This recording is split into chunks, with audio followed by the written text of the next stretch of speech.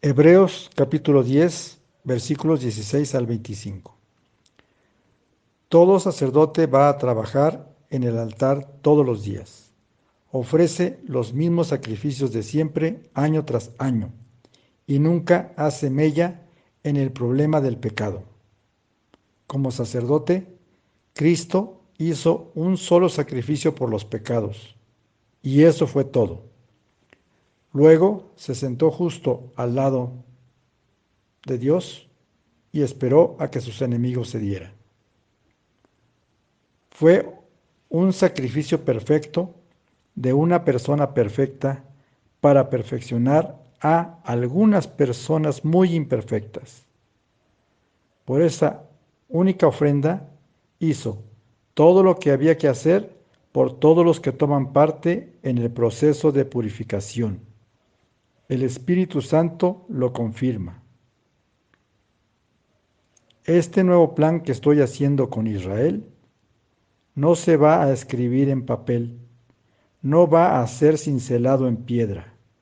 Esta vez estoy escribiendo el plan en ellos, esculpiéndolo en el revestimiento de sus corazones. Él concluye: limpiaré para siempre la pizarra de sus pecados. Una vez que los pecados se resuelven para siempre, ya no hay necesidad de ofrecer sacrificios por ellos. No tiren todo por la borda. Entonces, amigos, podemos ahora, sin vacilación, caminar directamente hacia Dios, al lugar santo. Jesús ha despejado el camino con la sangre de su sacrificio, actuando como nuestro sacerdote ante Dios. La cortina hacia la presencia de Dios es su cuerpo. Así que hagámoslo llenos de fe, seguros de que estamos presentables por dentro y por fuera. Mantengámonos firmes en las promesas que nos mantienen en marcha. Siempre cumple su palabra.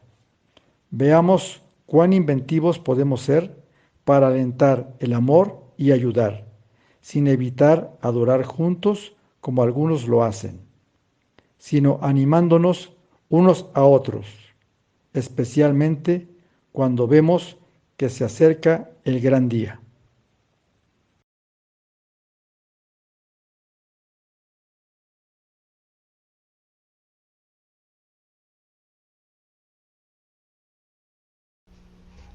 Después de decir esto, Jesús salió con sus discípulos para ir al otro lado del arroyo Cedrón.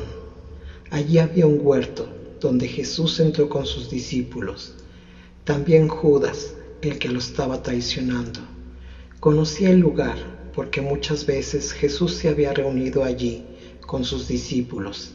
Así que Judas llegó con una tropa de soldados y con algunos guardianes del templo, enviados por los jefes de los sacerdotes y por los fariseos. Estaban armados y llevaban lámparas y antorchas, pero como Jesús ya sabía todo lo que le iba a pasar, salió y les preguntó: ¿a quién buscan? Ellos les contestaron: a Jesús de Nazaret. Jesús dijo: yo soy. Judas, el que lo estaba traicionando, se encontraba allí con ellos. Cuando Jesús les dijo: yo soy, se echaron hacia atrás y cayeron al suelo. Jesús volvió a preguntarles: ¿a quién buscan? Y ellos repitieron: a Jesús de Nazaret. Jesús les dijo otra vez: ya les he dicho que soy yo.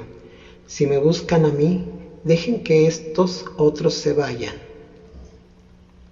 Esto sucedió para que se cumpliera lo que Jesús mismo había dicho: Padre, de los que me diste, no se perdió ninguno. Entonces Simón Pedro, que tenía una espada, la sacó y le cortó la oreja derecha a uno llamado Malco, que era criado del sumo sacerdote. Jesús le dijo a Pedro: vuelve a poner la espada en su lugar. Si el Padre me da a beber este trago amargo, ¿acaso no habré de beberlo? Los soldados de la tropa, con su comandante y los guardianes judíos del templo, arrestaron a Jesús y lo ataron. Lo llevaron primero a la casa de Anás, porque era suegro de Caifás, sumo sacerdote aquel año. Este Caifás era el mismo que había dicho a los judíos que era mejor para ellos que un solo hombre muriera por el pueblo. Simón Pedro y otro discípulo seguían a Jesús. El otro discípulo era conocido del sumo sacerdote, de modo que entró con Jesús en la casa. Pero Pedro se quedó fuera, a la puerta. Por esto, el discípulo conocido del sumo sacerdote salió y habló con la portera e hizo entrar a Pedro. La portera le preguntó a Pedro: ¿No eres tú uno de los discípulos de ese hombre? Pedro contestó: No, no lo soy. Como hacía frío, los criados y los guardianes del templo habían hecho fuego y estaban allí calentándose. Pedro también estaba con ellos, calentándose junto al fuego. El sumo sacerdote comenzó a preguntarle a Jesús acerca de sus discípulos y de lo que él enseñaba. Jesús le dijo: Yo he hablado públicamente delante de todo el mundo. Siempre he enseñado en las sinagogas y en el templo, donde se reúnen todos los judíos, así que no he dicho nada en secreto. ¿Por qué me preguntas a mí? Pregúntales a los que me han escuchado, y que ellos digan de qué les he hablado. Ellos saben lo que he dicho. Cuando Jesús dijo esto, uno de los guardianes del templo le dio una bofetada diciéndole: ¿Así contestas al sumo sacerdote? Jesús respondió: Si he dicho algo malo, dime en qué ha consistido. Y si lo que he dicho está bien, ¿por qué me pegas? Entonces Anás lo envió atado a Caifás, el sumo sacerdote. Entretanto, Pedro seguía allí, calentándose junto al fuego. Le preguntaron: ¿No eres tú uno de los discípulos de ese hombre? Pedro lo negó diciendo: No, no lo soy. Luego le preguntó uno de los criados del sumo sacerdote, pariente del hombre a quien Pedro le había cortado la oreja: ¿No te vi con él en el huerto? Pedro lo negó otra vez y en ese mismo instante cantó el gallo. Llevaron a Jesús de la casa de Caifás al palacio del gobernador romano. Como ya comenzaba a amanecer, los judíos no entraron en el palacio, pues de lo contrario faltarían a las leyes sobre la pureza ritual, y entonces no podrían comer la cena de Pascua. Por eso Pilato salió a hablarles y les dijo: ¿De a qué acusan a este hombre? Si no fuera un criminal, le contestaron, no te lo habríamos entregado. Pilato les dijo: Llévenselo ustedes y júzguenlo conforme a su propia ley. Pero las autoridades judías contestaron: Los judíos no tenemos el derecho de dar muerte a nadie. Así se cumplió lo que Jesús había dicho sobre la manera en que tendría que morir. Pilato volvió a entrar en el palacio, llamó a Jesús y le preguntó: ¿Eres tú el rey de los judíos? Jesús le dijo: ¿Eso lo preguntas por tu cuenta o porque otros te lo han dicho de mí? Le contestó Pilato: ¿Acaso yo soy judío? Los de tu nación y los jefes de los sacerdotes son los que te han entregado a mí. ¿Qué has hecho? Jesús le contestó: Mi reino no es de este mundo. Si lo fuera, tendría gente a mi servicio que pelearía para que yo no fuera entregado a los judíos. Pero mi reino no es de aquí. Le preguntó entonces Pilato: ¿Así que tú eres rey? Jesús le contestó: Tú lo has dicho, soy rey.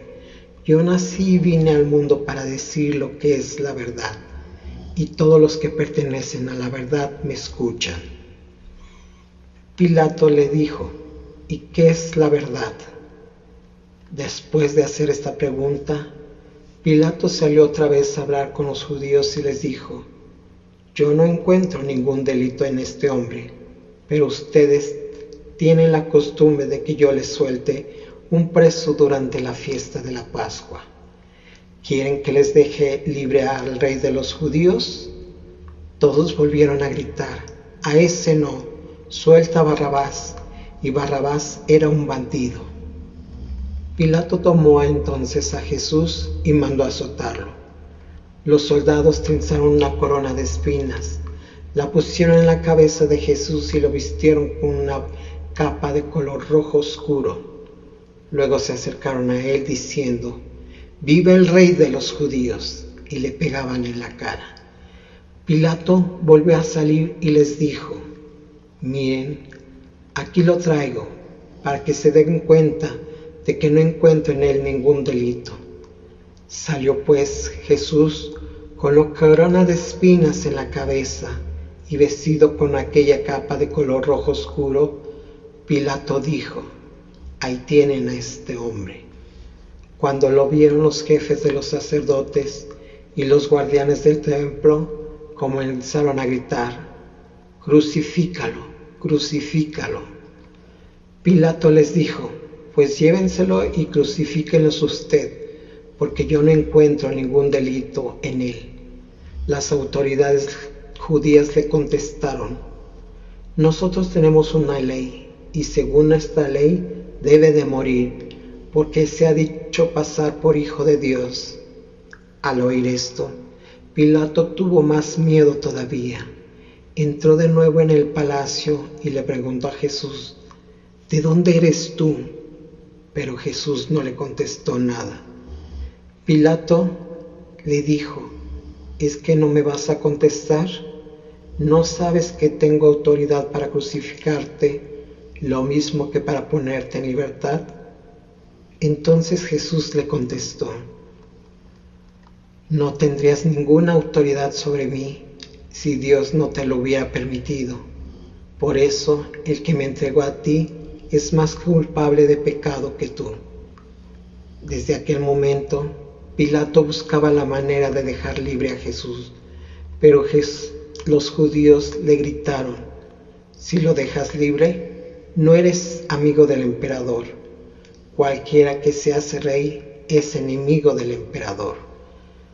Pilato, al oír esto, sacó a Jesús y luego se sentó en el tribunal, en el lugar que en hebreo se llamaba Gábata, que quiere decir el empedrado. Era el día antes de la Pascua, como al mediodía. Pilato dijo a los judíos: ahí tienen a su rey. Pero ellos gritaron: fuera, fuera, crucifícalo.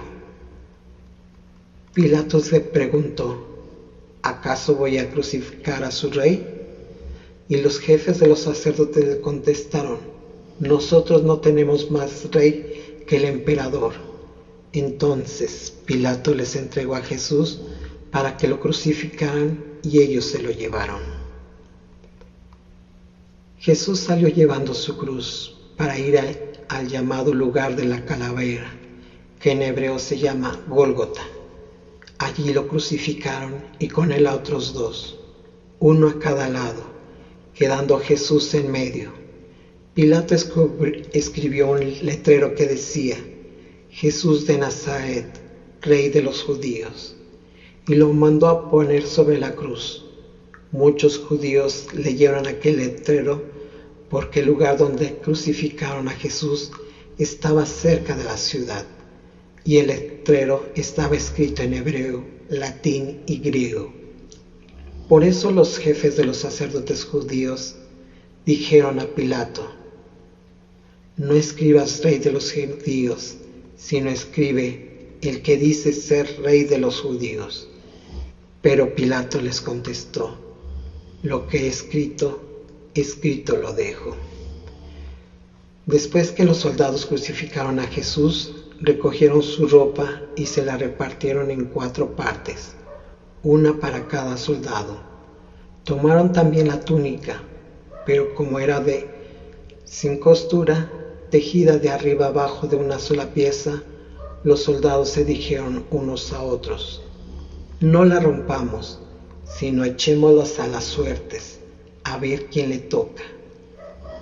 Así se cumplió la escritura que dice: se repartieron entre sí mi ropa y echaron suertes mi túnica. Esto fue lo que hicieron los soldados. Junto a la cruz de Jesús estaba su madre y la hermana de su madre, María, esposa de Cleofas, y María Magdalena. Cuando Jesús vio a su madre y junto a ella al discípulo a quien él quería mucho, dijo a su madre: mujer, ahí tienes a tu hijo. Luego le dijo al discípulo: ahí tienes a tu madre. Desde entonces, ese discípulo la recibió en su casa. Después de esto, como Jesús sabía que ya todo se había cumplido, y para que se cumpliera la escritura, dijo: tengo sed. Había allí un jarro lleno de vino agrio. Empaparon una esponja en el vino, la ataron a una rama de hisopo y se la acercaron a la boca. Jesús bebió el vino agrio y dijo: todo está cumplido. Luego inclinó la cabeza y entregó el espíritu. Era el día antes de la Pascua, y los judíos no querían que los cuerpos quedaran en las cruces durante el sábado, pues precisamente aquel sábado era solemne. Por eso le pidieron a Pilato que ordenara quebrar las piernas a los crucificados y que quitaran de allí los cuerpos. Los soldados entonces le quebraron las piernas al primero y también al otro que estaba crucificado junto a Jesús. Pero al acercarse a Jesús vieron que ya estaba muerto, por eso no le quebraron las piernas. Sin embargo, uno de los soldados le atravesó el costado con su lanza y al momento salió sangre y agua. El que cuenta esto es uno que lo vio y dice la verdad. Él sabe que dice la verdad y para que ustedes también crean. Porque estas cosas sucedieron para que se cumpliera la escritura que dice: no le quebrará ningún hueso. Y en otra parte la escritura dice: mirarán al que traspasaron. Después de esto, José, el de Arimatea, pidió permiso a Pilato para llevarse el cuerpo de Jesús. José era discípulo de Jesús, aunque en secreto, por medio de las autoridades judías. Pilato dio permiso y José fue y se llevó el cuerpo. También Nicodemo, el que una noche fue a hablar con Jesús, llegó con unos 30 kilos de perfume, mezcla de mirra y aloe. Así pues, José y Nicodemo tomaron el cuerpo de Jesús y lo envolvieron con vendas empapadas en aquel perfume, según la costumbre que siguen los judíos para enterrar a los muertos. En el lugar donde crucificaron a Jesús había un huerto, y en el huerto un sepulcro nuevo, donde todavía no había puesto a nadie. Allí pusieron el cuerpo de Jesús, porque el sepulcro estaba cerca y porque ya iba a empezar el sábado de los judíos.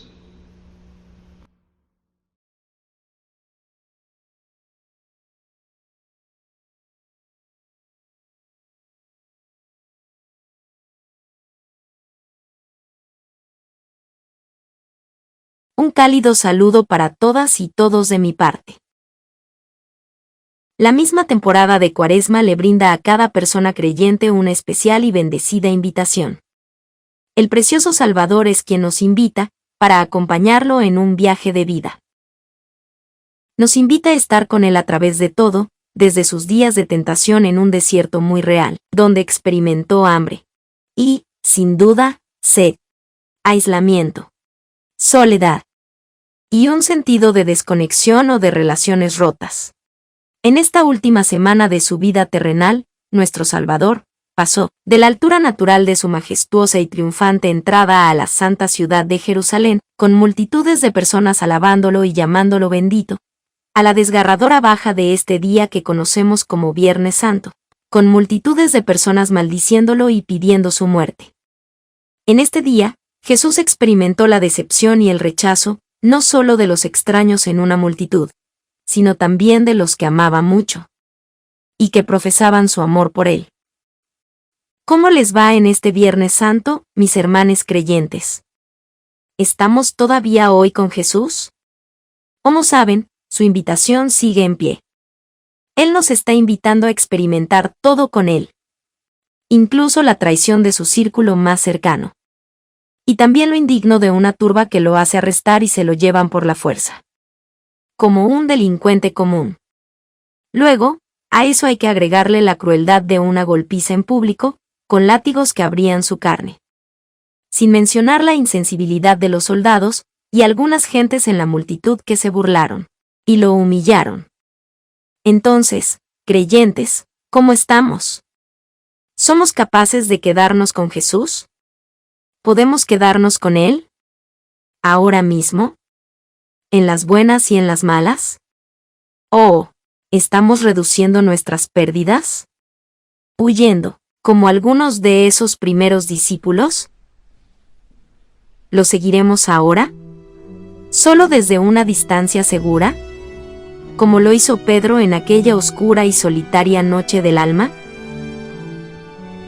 ¿Qué puedo decir para motivarles a mantener el rumbo? ¿Qué podemos decirnos, unes a otras y a nosotros mismos para evitar que volteemos la cara y rechacemos la cruz, a la que Jesús claramente se enfrenta? Permítanme decir 3 cosas, que se reducen a una sola. Las promesas de Dios. Dios ha prometido que nunca nos dejará o abandonará. El salmista nos recuerda que aunque mi madre y mi padre me abandonen, Yahvé Todopoderoso me recogerá. Mismo Jesús nos compartió: He aquí, yo estoy con ustedes todos los días, hasta el fin de los tiempos. Si Jesús ha prometido no dejarnos nunca, entonces ¿cómo podemos alejarnos de Él?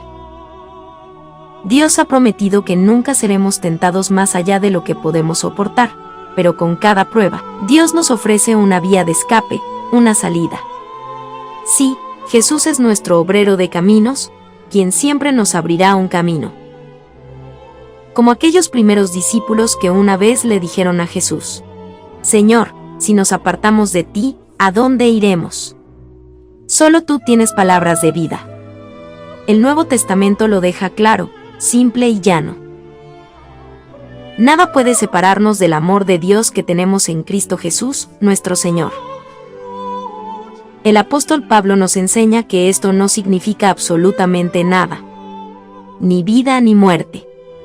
Ni potestades ni principados. Ni mentiras ni injusticia algunas. Lo que todos y cada uno de nosotros debemos hacer es decidir cómo responderemos a los desafíos que vienen con el Viernes Santo en nuestras vidas. Creo que la mejor respuesta que podemos dar al dolor y la agonía del Viernes Santo y de la vida en general es esta: sé fuerte y ten valor. En otras palabras, mantente fuerte y sé valiente. Podemos hacer esto, no importa la debilidad o el temor que podamos sentir. Con Cristo, en Cristo, quien modela nuestro nuevo carácter cristiano, todavía podemos responder con fortaleza y coraje ante cualquier cosa que la vida nos presente. En su libro, Soportar, el desaparecido John Lewis ha escrito sobre el valor. El coraje refleja tu espíritu. Refleja algo muy dentro y profundo de todos nosotros, que primero elige desafiar a una autoridad que consentir algo que sea incorrecto. El valor crudo nos hace levantarnos y hablar, de frente al miedo. El coraje nos ayuda a superar las dudas y reservas. No es algo que provenga de la razón o de la lógica, sino que nace del corazón y del divino propósito de tomar el camino correcto.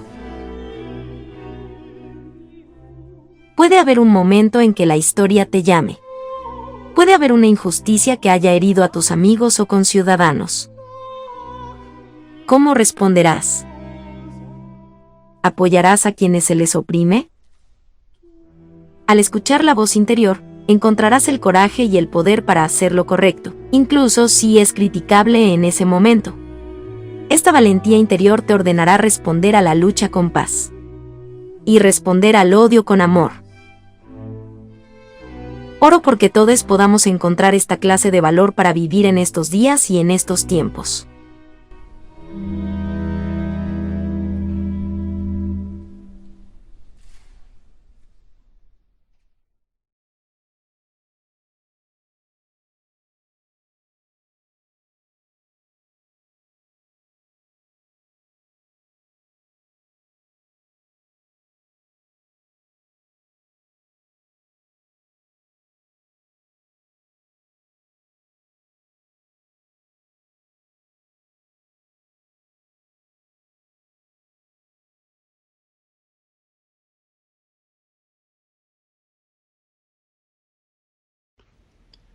Las mujeres de cualquier edad, niñas, adolescentes, jóvenes, mayores, heterosexuales, trans, bisexuales o con cualquier otra identidad, pobres o ricas, negras, blancas o de otro color, en la ciudad o en el campo, en el hogar, la escuela o el trabajo, todas son blanco de violencia.